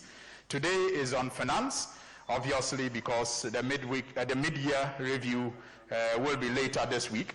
But other ranking members, as indicated by the minority leader, are to hold themselves in readiness for similar outings. Honorable Dr. Forson, maybe your wrapping up comments based on the reviews you have received before we pick contributions. Thank you very much. Okay, just to respond to the discussant, Mr. Chairman, very important questions has been raised. I mean, typical coming from Dr. Lord Mensah. The presentation I did was 43 pages. In fact, I have, this is an abridged version. I have the bigger one, which is 120 pages. And I'm going to publish it as soon as we are done with this. At that point, we have, what I seek to do is to segregate in the past how the Eurobond has been used. And sitting in Parliament, this information are always presented to us. So you know how much is going to A and how much is going to B. So I've done that. But for the purposes of this discussion, else I will end up spending about 3 hours, and most people, I would have lost them, and that is why I did not do that. You raised a very important point on contingent liability to my brother John. Let me say that because of the way Government of Ghana reports on our debt, we have never included contingent liability in the public debt. I mean, no government has ever done that. What we have done is that we include the contingent liabilities in the debt sustainability analysis. So if you are to look at the DSA, you see contingent liabilities that will fall due in future and all of that for risk management purposes. So those are in the DSA. DSAs are often done by the World Bank, working with the IMF. I'm aware that since 2019, the last one was just done last week. And it was just done by the IMF during the Article 4 engagement. And I know the IMF went to their board last week. So I expect that today being Monday, the IMF should issue the debt sustainability analysis. I hope that Parliament very soon will have our budget office and we can conduct our own in-house debt sustainability analysis. Finally, the issues raised by Dr. Saint, a senior lecturer at the University of Ghana Business School. Yes, you made mention of the fact that zero coupon bond, for instance, is going to be due in the next couple of years ahead of us. How do you repay? Under the NDC, we instituted what we call the sinking fund. The sinking fund intends to accumulate some revenue so that in future, when things of this nature fall due, we can always fall back. We have a fallback position, so we can use the sinking fund to that. In fact, if you go back, Kwame Nkrumah, or Sajifo Dr. Kwame Nkrumah, when he decided to go ahead with the Akosombo Dam and Tamahabo, he established sinking fund. And he used the very sinking fund to fund it. And that is why my former boss and my mentor, the Honorable Setepe, has always insisted that efficient and prudent debt management mechanism, you will need to establish a sinking fund. So I want to urge the minister responsible for finance now to always add sinking fund to some of their debt analysis going forward. And to conclude, I also want to thank you for accepting. Oftentimes when you come before politicians, if you are not careful, they victimize you. So most people are afraid to subject themselves to be associated with politicians. But you see, this is not a political function per se. This is an important dialogue for the economy of Ghana. And so we expect no one to be victimized. We are going to move from campus to campus. We are going to engage the academia, civil society groups. We'll do our presentation and subject ourselves to scrutiny. We invite the sector ministers so that they will come and then let them be understanding that we are helping in building this country. No one is standing aside. We want to build this country together. Thank you. Thank you very much. And indeed, we are live across the country on a number of media platforms: Wazo TV, GH1 TV, Metro TV, Joy News. We are also on Pan-African TV, and we are on Power 97.9 FM, on Accra FM 100.5. We are also on Ahoto FM and on Class FM. And we are also on a number of social media handles, official NDC GH, NDC Communications Bureau, and other such handles. We are grateful that you are all joining us virtually this afternoon. We are wrapping up now, and so we'll open the discussion to other interested participants here. If you have any question or contribution to make, we just limit it to 5, because as parliamentarians, we have equally important schedules awaiting us in Parliament today. I can see Asepa. Is that Thompson? Yes, so please, there's a microphone there. You can come forward. I can see the Deputy Minister taking notes. He was just being told by our former Deputy Minister, Honorable Ricketts, that this is a platform to talk, and he as Deputy Minister is to do. So he should take the notes and go to the ministry and work with his minister to do it. But we are very happy that you are here. But if there are other contributions, please, 5, maximum 5, because we have to leave. Thompson, please, go straight to the point. Thank you very much. Honorable Atufos, just some brief questions. You made a very brilliant presentation. The picture you created is a very gloomy one, but I still think there is more. The first one is on the public debt. I wanted to know if you have taken a critical look at the debt sitting on the book of SOEs as well. If we have taken a critical look at that as well. We remember under your administration, you gave clearance for some institutions to borrow on the back of their balance sheet and to execute some key projects. Considering the fact that we have not seen any relevant or any monumental project in the last 4 years, is it that these SOEs did not have the same opportunity to borrow on the back of their balance sheet to execute projects, or they borrow the money and the monies are nowhere to be found? The second issue has to do with the debt to tax ratio, which we talked about. And here, I was thinking if you could have used the nominal figures to help us a bit more, because we realized that the tax revenue from 2012 to 2016 is not the same as the tax revenue from 2016 to 2020. There have been introduction of new taxes. There have been upwards adjustment of taxes that were labeled as nuisance taxes. And so there's been a huge increase in tax revenue. And so if we would have had those nominal indicators, that could also have helped. And final one, on your conclusion, the recommendation, I was expecting to hear specific policies which you have put in place, and whether you have modeled out these policies in the current economic framework to arrive at an expected outcome by 2028, which is supposed to be the end of your administration if you take power in 2024. Have you modeled these economic policies out? What outcome did you get? Because we've seen the trajectory. All those things that you mentioned, the indicators keep going up. So does it mean that it's going to stop? What are the specific policies which your government, if you take power today, you're going to institute? And how have you modeled those policies out to arrive at a desirable outcome which will be favorable and move the economy forward? Thank you. Thank you very much, Mr. Thompson, with Alliance for Social Equity and Public Accountability, ASEPA. Yes, yes, I can see a hand up there. Please, let's be quick about it. Let's be quick about it. If you are interested in speaking, maybe you can follow. Yes. Okay, please.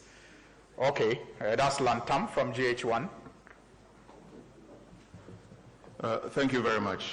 My question would be from the layman's perspective. The Honorable Ranking Member did a very detailed presentation painting the picture of what our current situation as a country is.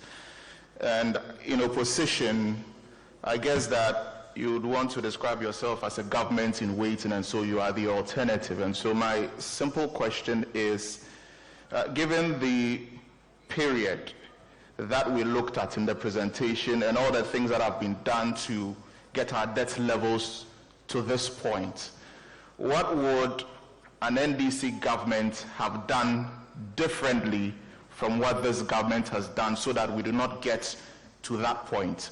And then the second question is, in the recommendations that were being made to the government, I think the third one was going to a certain IMF program. I mean, I stand corrected, but I know that we've been to the IMF before, and it became a subject of controversy where, this government said it was a bad policy and it put a lot of restrictions on various sectors of the government. There wasn't government employment, and there was an embargo and all of that. So in view of that, if we go to the IMF a second time, what is it likely to present to us? What challenge is it likely to present to us? And as a country, given our current situation, COVID and all of that, would we really be able to go through that process again? So these are my questions. Thank you. Thank you, Lantam. Yes, my lady, if you could introduce yourself. Yeah, good afternoon. My name is Victoria Bekodanso from Home Based Television. Victoria. My question is also very simple. With all these things that we've listened to today, what I want to know is there any hope for this seemingly steep decline that Ghana seems to be heading towards? And should the NDC government come to power, what are some of the things you have put in place to arrest the situation? Thank you. Thank you, Victoria. Yes, madam. Last one, hopefully.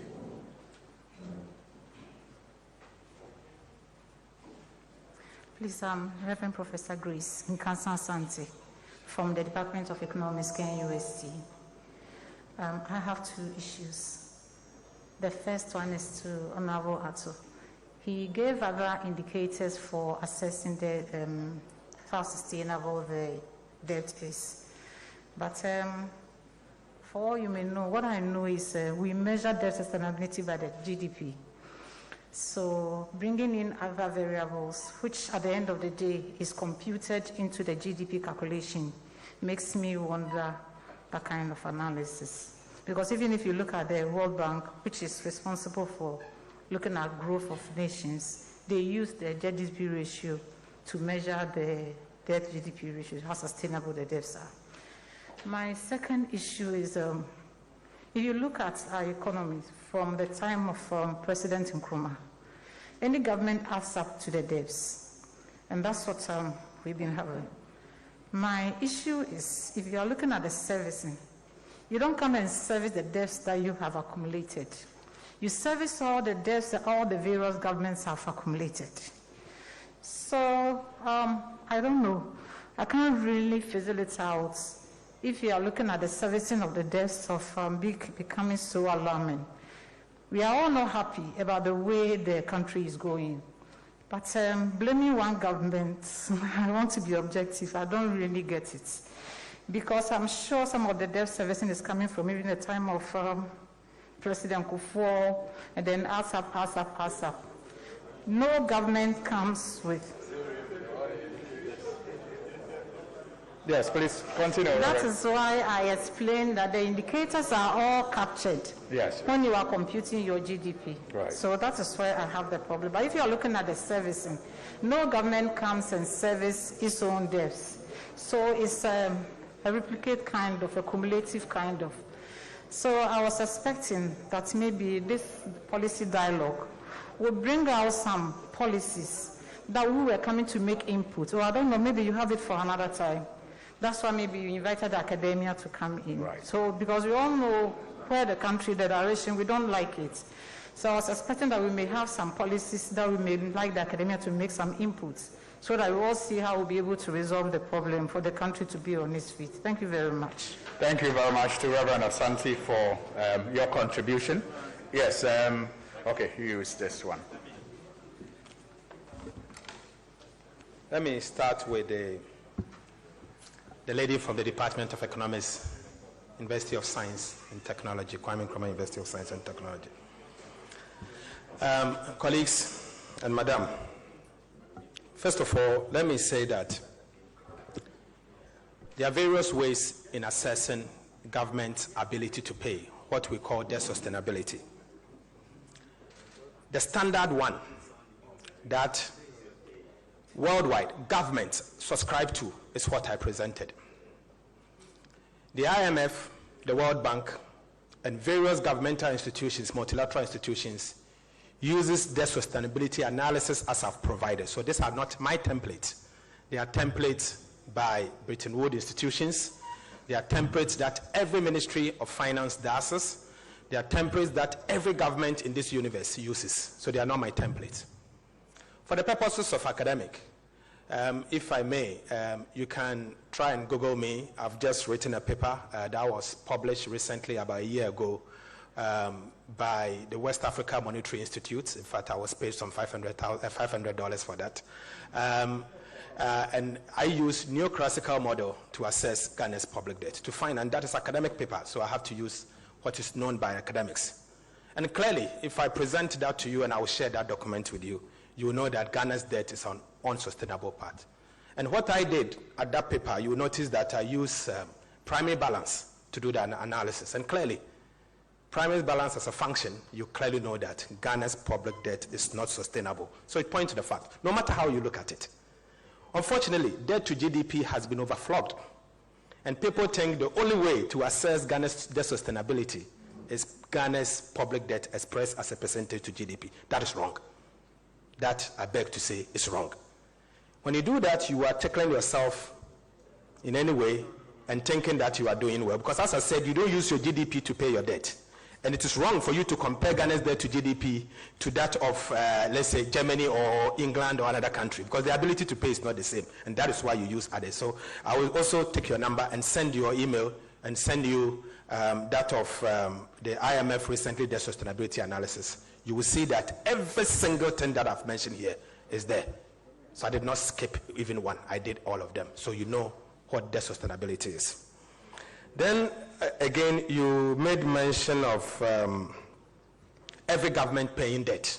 Yes, every government paid debt. Under John Mahama, he paid debt from President Mahama, President Mills, and President Kufuor. So I did not exclude that of other government under when I was doing President Mahama. In fact, when I was doing President Kufuor, I included the debt that were accumulated by President Rawlings. And that is why I could track it, that during the time, tax revenue of S amount could service that debt.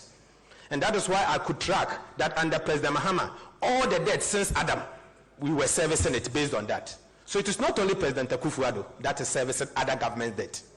But the difficulty is, remember, the very tax revenue that President Akufo-Addo is also getting were very tax policies that were put in together or placed together by other governments. So it's also benefiting from that. So what we want to see is that, is the situation deteriorating or is getting better? And certainly the situation is deteriorating. Meanwhile, you are collecting that same revenue, adding more revenue. We used not to have oil under Jerry Rawlings. We're not having oil under President Kufuor. We had oil under, with one well under President Mahama. Now we have 3 wells. So we want to put the revenues also in perspective. And that's why you see that. And then finally, you raised a major issue of as to whether you thought we were going to come out with a policy that we will discuss. Colleague, let me say that anytime you find yourself in a ditch, the first thing you do is to stop digging.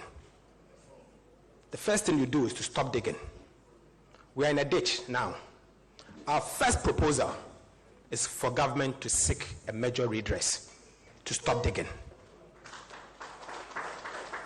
Okay, so after stopping digging, then we can be on the table to make some suggestions. What we will seek to do, and that will feed into the question, what we will seek to do differently when we are in office is to reverse this trajectory of borrowing for consumption. Is to encourage state-owned enterprises to have sound balance sheet and for them to borrow on their balance sheet. For them to be able to engage in major projects such as Terminal 3. For them to engage in major projects such as Temaport, Takoradi, Atuabo, and all of that. So we want to change the dynamics, change the way the direction of policy is going. And then finally, from layman's perspective, I heard someone say that we are going to the IMF for the second time and what it will mean. I'm sorry to say that we are not going to IMF for the second time. In fact, President Kufuor's HIPIC and MDRI was IMF. Achampong took us to IMF. We have been to IMF so many times. President Mills, there was an IMF. So most government has taken us to IMF. What we are asking for is simple. If we fail to heed to advice and fail not to sign on to the new debt relief framework post DSSI, there's a disaster. And we have to do that immediately. If we fail to do that, I'm sorry, the situation will be different. And then to conclude on that, it is better we bury our pride and go to IMF and have our problems resolved than for us to get into a situation that the economic situation will get bad. To the extent that when we go to the IMF at that time, we'll be in a position of Greece. When they went to the fund, it was too late for them. Please, let's do it now. That is our suggestion, and we'll expect them to answer some questions. Thank you. All right. Distinguished ladies and gentlemen, I wish we could continue, but we have another assignment in Parliament, and we all have to be there right now, and so we will have to wrap up the event. But I don't think it will be fair not to get a word from the Deputy Minister, John Kuma. If you can just do that under 1 minute for us, please, because you took a lot of notes, and we expect that you will go and discuss with the Minister for Finance and get it implemented. So if we could just get the microphone for the Minister. Okay, so please, you use this. I'll wrap up with that one. Thank you very much, Honorable Ranking, Honorable Leaders of Parliament and media, ladies and gentlemen, thank you very much. I bring you greetings from the Minister of Finance, Honorable Ken Ofori-Atta, who asked me to represent him today. I'm here. Today is not a debate. It's your day. I'm not here to pour sand in your gari. I'm here to commend you for this program and for the courage to even invite us to come and listen to you. I have taken the necessary notes, and I shall report accordingly to my boss, the Honorable Ken Ofori-Atta. But I can assure you, for all the issues that you have raised, you are going to have good answers on Thursday when the mid-year budget review is presented to the country. Very, very good news. But for the gloomy picture, just two things to remind us that today, as we speak, Ghana has hit the highest in history of our cocoa production. So the economy is on track. Another good news. No, today is not a debate, so I'm not going to debate. Just trying to repair the gloomy picture that we are doing very, very well. Look, the global ratings for literacy came out only a few days ago. Ghana has moved from 37% to 65.5%. And our regional average is 33.3%. So there's a lot of good news in the air. The economy is on track. At the right time, we'll do all the debate. Thank you very, very much. All right, thank you very much, Honorable John Kuma. Yes, so sometimes it's not that we don't get revenue. Like cocoa, that's a lot of revenue, but it is what it is used for that we are discussing here. And trust me, I mean, the Honorable Minority Leader made reference to the Auditor General's report. I think we must pay attention to it, because in the presentation, you would have realized that Honorable Atuforsen talked about capital expenditure and how it picked up a little during the election year. Look, in one audit report, you will find out that the Ministry of Agric actually overpaid contractors in 2020 to provide warehouses. Now, warehouses is capital expenditure. Now, in an election year, they actually overpaid them to provide warehouses, and according to the audit, when they went to the field, the warehouses were not there. But it will be captured as capital expenditure going up. But the expenditure, the expenditure result itself is not on the ground. So it's not about maybe cocoa bringing us revenue. It's what we use the revenue for that we are discussing. But I thank you very much, Honorable John Kumar. I thank you all, distinguished ladies and gentlemen, for coming. The Minority Chief Whip will give us the closing prayer. We didn't have an opening prayer because we all prayed from home as people of faith and came here. But we have to thank God for a successful event and pray that he leads us back to Parliament. Honorable Leader, thank you. Thank you very much, colleagues. We should all be reminded that, colleagues, let's be reminded that we are supposed to be in the chamber at least 10 minutes before 2 o'clock. And you can see that unless we really go maybe in a convoy, that will be impossible, but we have to. So, colleagues, we are reminding you, but we have to thank all of you, especially our invited guests. And it is most likely our next series may be on KNUST campus, and where we'll get the opportunity to talk more about the agric, the cocoa, when we take on agric, your food, planting for food and jobs, and all the associated problems. So our next series is most likely to be agric, and we have chosen to be on the campuses to move away from the Parliament, the intimidating environment, so that at least academia like you will be freely able to criticize or critique whatever we do. So we thank you sincerely for coming. To give the closing prayer, can we be in the prayer mode? Yeah, Lord, we thank you for today. We thank you for all you've done for us. We thank you for the start, and you thank you for the end of this program. As we leave our various destinations, we pray that you take all of us safely back to our destination. With this I say Alhamdulillah Rabbil Alameen Ar-Rahman Al-Malik Yawmuddin إياك نعبد وإياك نستعين اهدنا الصراط المستقيم صراط الذين أنعمت عليهم غير المغضوب عليهم ولا الضالين آمين. Amen. Thank you very much. Dr. Ampofo, thank you very much for coming through. We acknowledge your presence. We are also grateful for your presence, Dr. Saint Kutu, Senior Lecturer, UGBS, and Dr. Lord Mensah. Thank you for making the discussion worthwhile. We are grateful, and this has been brought to you by